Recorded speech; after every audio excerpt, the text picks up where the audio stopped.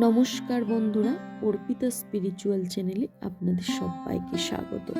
আশা করি আপনারা প্রত্যেকে ভালো আছেন, সুস্থ আছেন। বন্ধুরা, আপনারা কি জানেন মহাভারতে যুধিষ্ঠিরের নরক দর্শন কেন হয়েছিল? যুধিষ্ঠির মৃত্যুর পর স্বর্গে গিয়ে দেখলেন দুর্যোধন সূর্যের ন্যায় প্রভাবিত হয়ে দেবগণ ও সাধুগণের মধ্যে বসে আছেন। ধর্মরাজ ক্রুদ্ধ হয়ে উচ্চস্বরে বললেন, আমি দুর্যোধনের সঙ্গে বাস করব না। যে লোক পাঞ্চালীকে সভা মধ্যে নিগৃহীত করেছিল, যার জন্য আমরা মহাবনে বহু কষ্ট ভোগ করেছি এবং যুদ্ধে বহু সুহৃদ ও বান্ধব বিনষ্ট করেছি, সেই লোভী অদূরদর্শী দুর্যোধনকে দেখতে চাই না। আমি আমার ভ্রাতাদের কাছে যাব। নারদ সহাস্যে বললেন, মহারাজ, এমন কথা বলো না। স্বর্গে বাস করলে বিরোধ থাকে না। স্বর্গবাসী সকলেই দুর্যোধনকে সম্মান করেন। ইনি ক্ষত্রিয় ধর্ম অনুসারে যুদ্ধে নিজ দেহ উৎসর্গ করে বীর লোক লাভ করেছেন। মহাভয় উপস্থিত হলেও ইনি কখনো ভীত হননি। তোমরা পূর্বে যে কষ্ট পেয়েছিলে তা এখন ভুলে যাও। বৈর ভাব ত্যাগ করে দুর্যোধনের সঙ্গে মিলিত হও। যুধিষ্ঠির বললেন, যার জন্য পৃথিবী উৎসন্ন হয়েছে এবং আমরা প্রতিশোধ নেবার জন্য ক্রোধে দগ্ধ হয়েছি, সেই অধর্মাচারী পাপী সুহৃদ দ্রোহী দুর্যোধনের যদি এই গতি হয়, তবে আমার মহাপ্রাণ মহাব্রত সত্য প্রতিজ্ঞ ভ্রাতারা কোথায় গেছেন? কর্ণ, দৃষ্টদ্যুম্ন, সাত্যকী, বিরাট, ধ্রুপদ, শিখণ্ডী, অভিমন্যু, দ্রৌপদী পুত্রগণ প্রভৃতি কোন লোকে গেছেন? আমি তাদের দেখতে ইচ্ছা করি। দেবর্ষি সেই মহারথগণ কি স্বর্গবাসের অধিকার পাননি?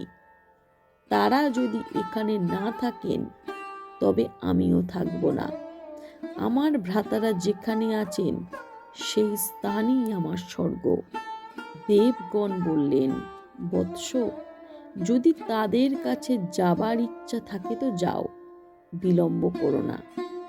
এই বলে তারা এক দেবদূতকে আদেশ দিলেন, যুধিষ্ঠিরকে তার আত্মীয় সুহৃদগণের নিকটে নিয়ে যাও। দেবদূত অগ্রবর্তী হয়ে পাপীরা যে পথে যায় সেই পথ দিয়ে যুধিষ্ঠিরকে নিয়ে চললেন। সেই পথ ছিল তমসাবৃত, পাপীদের গন্ধযুক্ত, মাংস শোণিতের কর্দম অস্থি কেশ ও মৃতদেহে আচ্ছন্ন এবং মশক, মক্ষিকা, কৃমি, কীট ও ভল্লুকাদি হিংস্র প্রাণীতে সমাকীর্ণ। চতুর্দিকে অগ্নি জ্বলছে, লৌহ মুখ কাক, সূচি মুখ গৃধ এবং পর্বত আকার প্রেতগণ ঘুরে বেড়াচ্ছে।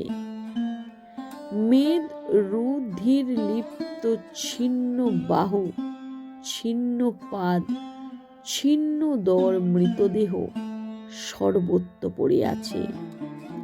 সেই পুতিগন্ধময় লোমহর্ষকের পথে যেতে যেতে যুধিষ্ঠির তপ্ত জলপূর্ণ দুর্গম নদী, তীক্ষ্ণ ক্ষুর সমাকীর্ণ অসিপত্র বন, তপ্ত তৈলপূর্ণ লৌহ কুম্ভ, তীক্ষ্ণ কণ্টকময় শালমলি বৃক্ষ প্রভৃতি এবং পাপীদের যন্ত্রণা ভোগ দেখলেন। তিনি দেবদূতকে প্রশ্ন করলেন, এই পথ দিয়ে আর কত দূর যেতে হবে? আমার ভ্রাতারা কোথায়? দেবদূত বললেন, মহারাজ, আপনি শ্রান্ত হলেই দেবগণের আদেশ অনুসারে আপনাকে ফিরিয়ে নিয়ে যাওয়া হবে। মনোকষ্টে ও দুর্গন্ধে পীড়িত হয়ে যুধিষ্ঠির প্রত্যাবর্তনের উপক্রম করলেন। তখন তিনি এই করুণ বাক্য শুনলেন, হে ধর্মপুত্র রাজর্ষি, দয়া করে মুহূর্তকাল থাকুন। আপনার আগমনে সুগন্ধ পবিত্র বায়ু প্রবাহিত হচ্ছে।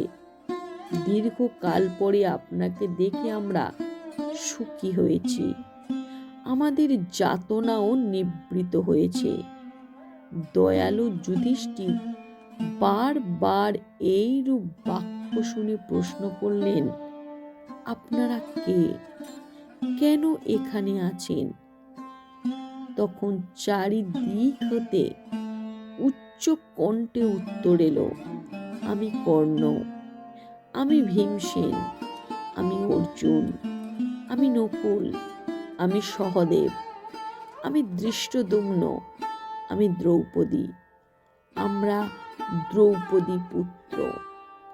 যুধিষ্ঠির ভাবতে লাগলেন, দৈব এ কি করছেন? কোন পাপের ফলে এরা এই পাপ গন্ধময় নিদারুণ স্থানে আছেন? আমি সুপ্ত না জাগরিত, চেতন না অচেতন? এ কি আমার মনের বিকার না বিভ্রম? যুধিষ্ঠির দুঃখ ও দুশ্চিন্তায় ব্যাকুল হলেন এবং ক্রুদ্ধ কণ্ঠে দেবদূতকে বললেন, তুমি যাদের দূত তাদের কাছে গিয়ে বলো যে আমি ফিরে যাব না, এখানেই থাকব। আমাকে পেয়ে আমার ভ্রাতারা সুখী হয়েছেন। দেবদূত ফিরে গিয়ে ইন্দ্রকে যুধিষ্ঠিরের বাক্য জানালেন। কিছুক্ষণ পরে ইন্দ্রাদি দেবগণ এবং ধর্ম যুধিষ্ঠিরের কাছে এলেন। তখন সহসা অন্ধকার দূর হল। বৈতরণী নদী, লৌহ কম্ভ, কণ্টকময় শালমলি বৃক্ষ প্রভৃতি এবং বিকৃত শরীর সকল অদৃশ্য হল। পাপীদের আর্তনাদ আর শোনা গেল না। শীতল সুগন্ধ পবিত্র বায়ু বইতে লাগল। সুরপতি ইন্দ্র বললেন, মহাবাহু যুধিষ্ঠির, দেবগণ তোমার উপর প্রীত হয়েছেন। তুমি আমাদের সঙ্গে এসো। ক্রুদ্ধ হইও না। সকল রাজাকেই নরক দর্শন করতে হয়। সকল মানুষেরই পাপ পূর্ণ থাকে। যার পাপের ভাগ অধিক এবং পুণ্য অল্প, সে প্রথমে স্বর্গ ভোগ করে পরে নরকে যায়। যার পুণ্য অধিক এবং পাপ অল্প, সে প্রথমে নরক এবং পরে স্বর্গ ভোগ করে। তুমি দ্রোণকে অশ্বত্থামার মৃত্যু সংবাদ দিয়ে প্রতারিত করেছিলে, তাই আমি তোমাকে ছল ক্রমে নরক দেখিয়েছি। তোমার ভ্রাতারা এবং দ্রৌপদীও ছল ক্রমে নরক ভোগ করেছেন। তোমার পক্ষে যে সকল রাজা নিহত হয়েছিলেন, তারা সকলেই স্বর্গে এসেছেন। যার জন্য তুমি পরিতাপ করো, সেই কর্ণ পরম সিদ্ধি লাভ করেছেন। তুমি পূর্বে কষ্ট ভোগ করেছ, এখন শোক শূন্য নিরাময় হয়ে আমার সঙ্গে বিহার করো। এই ত্রিলোক পাবনী দেব নদী আকাশ গঙ্গায় স্নান করে মানুষ ভাব থেকে চিরতরে মুক্ত হয়ে যাও। এই কথা শুনে মূর্তিমান ধর্ম তার পুত্র যুধিষ্ঠিরকে বললেন, বৎস, এই তৃতীয়বার তোমাকে আমি পরীক্ষা করেছি। তোমার বিচলিত করা অসাধ্য। তোমরা কেউ নরক ভোগের যোগ্য নও। তুমি যা দেখছো তা হলো ইন্দ্রের মায়া। তারপর যুধিষ্ঠির আকাশ গঙ্গায় স্নান করে মনুষ্য দেহ ত্যাগ করলেন এবং দিব্য ধারণ করে সেখানে পাণ্ডব ও ধার্ত রাষ্ট্রগণ ক্রোধ শূন্য হয়ে সুখে অবস্থান করছিলেন। সেইখানে তিনি গিয়ে উপস্থিত হলেন এবং সেখানে তিনি তার ভ্রাতাদের দেখে সুখী ভাব অনুভব করলেন। এইভাবে যুধিষ্ঠিরের সামান্য ভুলের কারণে ইন্দ্রের মায়া জালে তিনি নরক দর্শন করেছিলেন।